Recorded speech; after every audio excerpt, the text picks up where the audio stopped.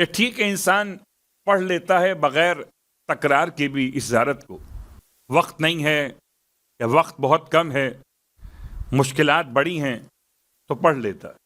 تو اگر آپ واقعاً کبھی عمل کے طور پر یہ کرنا چاہیں تو اختصار سے کام نہ لیجئے بلکہ پوری توانائیاں اس زیارت کی حاصل کیجیے۔ بسم اللہ الرحمن الرحیم۔ زیارت عاشورہ ایک نہیں، دو نہیں، تین نہیں، چار نہیں، پانچ نہیں، بلکہ 6 الگ الگ الفاظ کے ساتھ معصومین کی بارگاہ سے تعلیم دی گئی۔ سوال یہ تھا کہ وہ 6 زیارت عاشورہ کون سی ہیں؟ تو صرف اشارہ آپ کی خدمت میں، یہ بات یاد رکھیے کہ ہمارے اردو کتابوں کے ترجمے کے اعتبار سے تمام زیارات عاشورہ آپ کو نہیں ملنے والی، البتہ عربی اعتبار سے آپ کو مل جائیں گی۔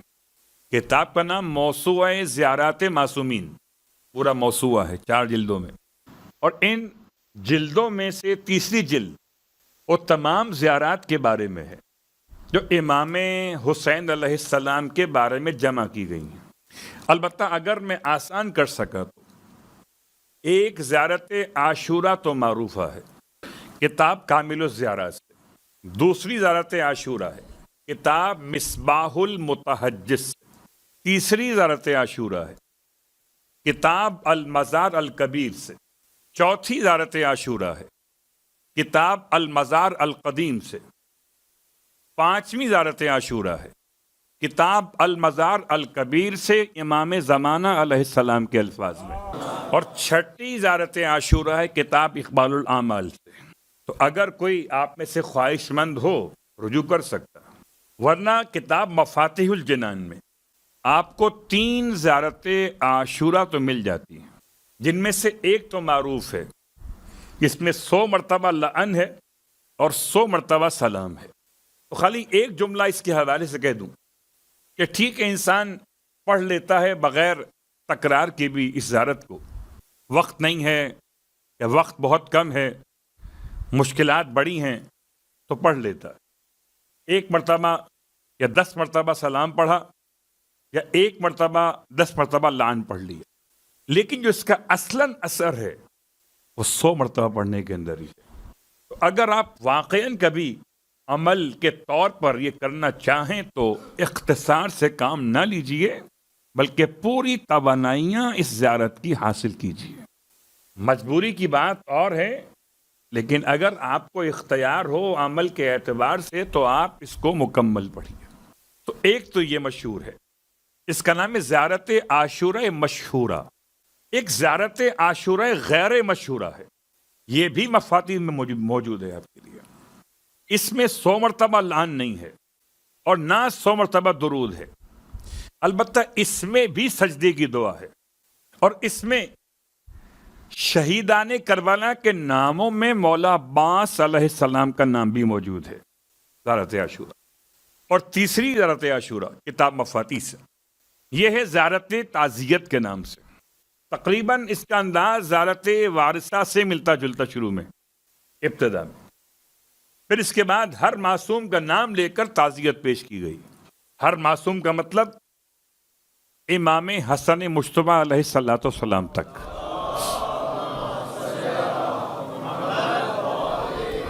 تینوں۔ چوتھی زیارت عاشورہ، ہو سکتا ہے آپ میں سے کسی کو دستیاب ہو جائے کسی اعمال عاشورہ کی کتابوں میں، جس میں 7 مرتبہ آگے بڑھتے ہوئے انا للہ و انا الیہ راجعون، اور 7 مرتبہ پیچھے ہٹتے ہوئے انا للہ و انا الیہ راجعون، اللہم عذب الفجر، اس کے الفاظ شروع ہوتے ہیں۔ یہ ایک اور زیارت عاشورہ ہے۔ ایک 4 ہو۔ پانچویں زیارت ناہیہ، جو کہ آپ کی خدمت میں بیان کی جا رہی، اور چھٹی زیارت عاشورہ۔ پہلی زیارت عاشورہ کے کلمات سے ذرا سا مختلف ہے، ذرا سا مختلف ہے۔ یعنی ابتدا السلام علیکہ یا ابا عبداللہ، السلام علیکہ یا ابن رسول اللہ، السلام علیکہ یا خیرت اللہ و ابن خیرت، اس میں نہیں ہے، صرف میں نے اشارہ کیا. تو جن کو 6 زیارت عاشورہ کی تلاش تھی، ان کی خدمت میں یہ باتیں میں نے بیان کر دی. اب آئیے، کل ہم وہاں تک پہنچے تھے جہاں سرکار سید الشہداء کی سخاوت کو بیان کیا گیا. امام زمانہ علیہ الصلاۃ والسلام نے سلام کیا.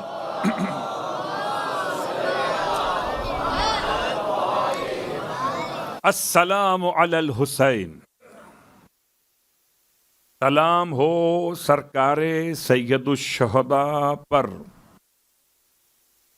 سرکار سید الشہداء کا تعارف کرایا امام زمان نے، تو الفاظ کیا ہیں؟ الفاظ ہیں الذی سمحت نفسہ بمحجت، وہ حسین علیہ الصلاۃ والسلام کے جنہوں نے اپنے نفس کی بھی سخاوت کی، یہاں تک کہ اپنے گلے کا خون بھی دے دیا. بہت تفصیل کا تو وقت نہیں مل سکا، البتہ خون کے اعتبار سے بھی الفاظ الگ الگ. یہ لفظ آپ کو ملے گا زیارت عاشورہ میں، مشہورہ میں، سجدے والی دعا میں، الذین بذلوا محجہم دون الحسین علیہ السلام. محج یہ وہی لفظ ہے، بے محجت ہی. محج کہتے ہیں اردو اعتبار سے خون کا آخری قطرہ، یوں بھی کہہ سکتے ہیں، یا محج کہتے ہیں وہ جب شہرک کاٹ دی جائے تو جو خون اچھل کے نکلتا ہے اسے محج کہتے ہیں. جب تک خون بدن میں دوڑتا رہے وہ دم کہلاتا ہے، خون الدم. اور جب یہ خون بہنے لگے تو سار کہلاتا ہے، اور جب اچھل کر نکلے تو محج کہلاتا ہے. اور اچھل کر خون تب ہی نکلتا ہے جب کہ یہ رگ کاٹ دی جائے. اللہ اکبر. سرکار سید الشہداء پہ سلام کرتے ہوئے امام نے ابھی مصائب اپنے جد کے نہیں بڑھے، ابھی سلام کر رہے ہیں، اور سلام میں صرف ایک تعارف کرایا ہے. پھر فرماتے ہیں السلام علی من اطاع اللہ فی سرہ و علانیت. سلام ہو اس پر جس نے اطاعت خدا کو انجام دیا، خدا کی اطاعت کی دونوں حالتوں میں، فی سرہ و علانیت، پوشیدہ طور پر بھی اور اعلانیہ طور پر بھی. اب اسی لفظ کو زیارت وارثہ میں اشہد انک قد اقمت الصلاۃ 1، وہ آتیت الزکاۃ 2، وہ امرت بالمعروف 3، وہ نہیت عن المنکر 4، وہ اطاعت اللہ ورسولہ 5. مگر یہاں امام نے ذرا سا لفظ اطاعت کو کھول کے بیان. دیکھیے، ایک اطاعت وہ ہے جو سب کے سامنے کی جائے، اور ایک اطاعت خدا وہ ہے جو تنہائی میں بھی کی جائے. کیا قدر و قیمت ہے تنہائی میں اطاعت خدا کی. ارشاد فرماتے ہیں مولا کہ سب کے سامنے خدا کے دوست اور تنہائی میں خدا کے دشمن نہ بنو. یعنی اطاعت خدا تو کر رہے ہو مگر سب کے سامنے. جب تنہائی کا موقع ملا تو کیسی اطاعت، پھر معصیت شروع ہو گئی. اور اسی اعتبار سے سب سے مشکل کام ہے، سب سے مشکل کام تنہائی میں اپنے آپ کو گناہوں سے محفوظ رکھنا. خدا مجھے بھی اور آپ کو بھی، ہم سب کو خدا تنہائیوں میں بھی اپنی اطاعت کی توفیق عطا فرمائے اس جملے کی برکت سے. ہم خاک پاں ہیں شہیدان کربلا کے غلاموں کے، یہ تو آقا مولا حسین کی بات ہو رہی ہے. السلام علی من عطا اللہ فی سرہ وعلانیت. اب ایک بات یاد رکھیں، مولا حسین نے جب اطاعت خدا کی پوشیدہ اور اعلانیہ طور پر دونوں حالتوں میں، تو کیا مولا حسین کسی ایسے کو پسند کریں گے جو معصیت خدا کرتا ہو؟ سوچئے گا، کیا ایسا ممکن ہے کہ خود اطاعت کرنے والا پسند کرے معصیت کرنے والوں کو؟ اللہ محالہ.